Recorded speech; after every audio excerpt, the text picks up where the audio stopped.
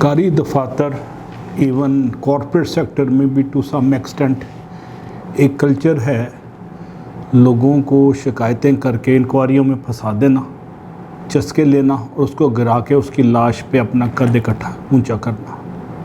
ये culture south Asia में ज़्यादा डोमिनेंट है, ज़्यादा इसकी हमें मिसालें नज़र आती हैं और डेवलप कंट्रीज़ में ना होने के बराबर है। कहीं कहीं ऐसी मिसालें मिल जाती हैं। मुझे पाकिस्तान की एक सरकारी यूनिवर्सिटी में 90 की दिहाई में काम करने का मौका मिला और एक मैं बड़ा मज़ेदार आपको वाक़या सुनाता हूँ। मैं 19वें ग्रेड में एक यूनिवर्सिटी में पढ़ा रहा था, उसी यूनिवर्सिटी में तो सियासी या ज़ाती बुग़्ज़, हसद या कीना की बुनियाद पे किसी ने शिकायत की और मुझे एक ऐसी इंक्वायरी में फंसा दिया गया जिसका जवाज़ ही नहीं था। किस्सा मुख्तसर, इंक्वायरी करने वाला 20वें ग्रेड का अफसर था, मैं 19वें ग्रेड का था और वाइस चांसलर के हुक्म पे मुग़ल आज़म या बादशाह सलामत स्टाइल में मुझे मुलज़म के तौर पे पेश किया गया। मैंने अपने हक़ में कुछ दलीलें दी और अल्लाह का शुक्र है चीज़ रफ़ा दफ़ा हो गई। लेकिन इसमें कुछ बैड टेस्ट हुआ। इंक्वायरी करने वाला पर्सनल हो गया और पर्सनल कमेंट्स देने लग गया, जिसको आप उर्दू में कहते हैं मेरी इज़्ज़त नफ्स पामाल करने का उसने कोई बहाना ग़ालिबन नहीं छोड़ा। अपनी ताकत के घमंड में या हाज़ा इंक्वायरी अफसर का जो तासुर है साउथ एशियन कल्चर में, जिसको इख्तियार मिले वो पागल हो जाता है। वो मसूफ पागल तो नहीं हुए लेकिन ज़ाती हद तक वो आ गए। महीने डेढ़ में वो बात रफ़ा दफ़ा हो गई, मैं भी भूल भाल गया। उसके को 15-20 साल बाद मैं वो यूनिवर्सिटी छोड़ के लाहौर आ चुका था और लाहौर से मैं इंजीनियरिंग कौंसिल के इलेक्शन में इलेक्ट हुआ और मैं एक कमेटी को चेयर कर रहा था इस्लामाबाद में इंजीनियरिंग कौंसिल के ऑफिस में। वही मौसूफ जो इंक्वायरी ऑफिसर थे 15-20 साल पहले उस कमेटी में सरकारी हैसियत पे पीछे बैठे हुए थे। अब मेरे लिए कुछ मौका था कि मैं अपनी अना की तस्कीन के लिए हल्की फुल्की उनके साथ मौसीकी करूं, चस्के लूं और इनडायरेक्टली उनके अपने इख्तियारात को इस्तेमाल करते हुए वही रवैया अख्तियार करूं जो उन्होंने 15-20 साल पहले मेरे से रखा था। ये शैतान ने मेरे ज़हन में वसवसा डाला कि अब वक्त आ गया है, हिसाब किताब बराबर कर दो। उसका अपना स्वाद है हिसाब किताब बराबर करने का। लेकिन अल्लाह ने मुझे शौर दिया। मैंने कहा, उनको देख के मैं खड़ा हो गया और मैंने कहा कि ये मेरी फ़लानी यूनिवर्सिटी में सीनियर थे, लिहाजा मैं इनकी इज़्ज़त करता हूँ और senior once senior for ever. मैं इनको रिक्वेस्ट करता हूँ कि ये कमेटी को चेयर करें एज ए चेयरमैन और एज ए कन्वीनर और मैं साइड पे बैठ के नोट्स लूँगा। अब ये आइज़िंग कसारी का इज़हार जो मेरी तरफ से हुआ, मोहब्बत और इज़्ज़त देने का, ये उनके लिए बड़ा सरप्राइज़ था, बड़ा अजीब व गरीब था, क्योंकि देसी कल्चर में इस तरह की मिसालें कम मिलती हैं।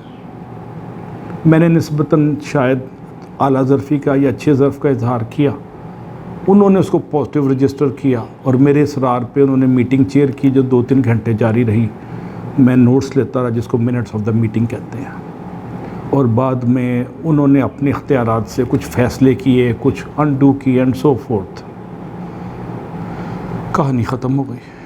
अब ये छोटा सा जेस्चर था कि बजाय उनसे इंतकाम लेने के, बदला लेने के, उनको ज़लील करने की जो रवायती रवश होती है हमारे देसी कल्चर में, मैंने निस्बतन डिफरेंट रवैया अख्तियार किया। अल्लाह ने शौर दिया था, शौर तो उसकी देन है ना, इंसान की देन तो नहीं। इसका इतना पॉजिटिव इम्पेक्ट किया कि मैं बयान से बाहर है।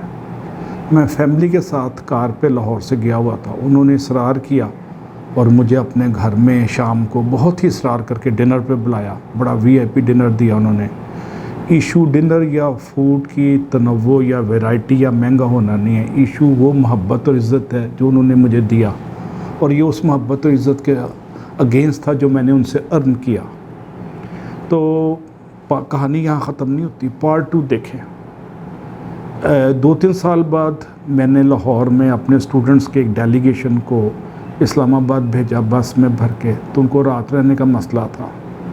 मैंने उनको फ़ोन किया, उन्होंने अपनी यूनिवर्सिटी के हॉस्टल से 1-2 रातें हमारे बच्चों के लिए अरेंज की, फ्री ऑफ कॉस्ट और कोई चार्ज नहीं किया। और ये मोहब्बत का सिलसिला आज भी जारी है। इस छोटी सी मिसाल में क्या है कि अल्लाह ताला ने सूरह हुजरात में ग़ालिबन हुक्म दिया है کہ یہ ارشاد فرمایا ہے کہ جو لوگوں کے قصور معاف کر دیتے ہیں وہ اللہ کو بہت پسند ہے۔ میں نے ان کی ایک بدتمیزی جو میری شخصیت کے حوالے سے ذاتی کیپیسٹی پہ تھی اس کو اگنور کیا اور ان کو عزت دی۔ اللہ نے پسندیدگی ہم دونوں کے دنوں میں ڈال دی اور وہ محبت کا سلسلہ نفرت ختم ہو کے محبت آج بھی جاری و ساری ہے 25-30 سال بعد۔ تو حاصل کلام کیا ہے کہ معاف کر دینے کلچر کو پروموٹ کریں، آپ کی شخصیت میں ایک خاص قسم کا حسن آئے گا، خوبصورتی آئے گی، رانائی آئے گی۔ رانائی، خوبصورتی اعضاء میں ظہور ترتیب نہیں، فیچر کا بیلنس ہونا یا لمبے سرو قد ہونا یہ خالی خوبصورتی کا نام نہیں، آپ کا کردار بھی خوبصورت ہو سکتا ہے جو شخصیت کو خوبصورت بنا دیتا ہے۔ معاف کر دینے کے کلچر کو جتنا آپ بڑھائیں گے اتنا آپ کو سکون ملے گا۔ نیلسن منڈیلا کے واقعات مشہور ہیں جو میں آپ کو اگلی نشست میں سناؤں گا۔ اس نے معاف کر کے ساؤتھ افریقہ کو کیسے اوپر اٹھایا۔ اور برائن ٹریسی ایک سٹیٹمنٹ میں کہتے ہیں give a blanket pardon to anyone who has ever hurt you because pardon is a divine activity, it relieves you from the burden of the past۔ معاف کر دینا ایک خدائی عمل ہے اور یہ آپ کو ماضی کے تلخ ایام کی سختی سے بچاتا ہے اور تلخ یادوں سے ختم کر کے آپ کو صراط مستقیم پہ ترقی کی شاہراہ پہ متمکن کر دیتا ہے، گامزن کر دیتا ہے۔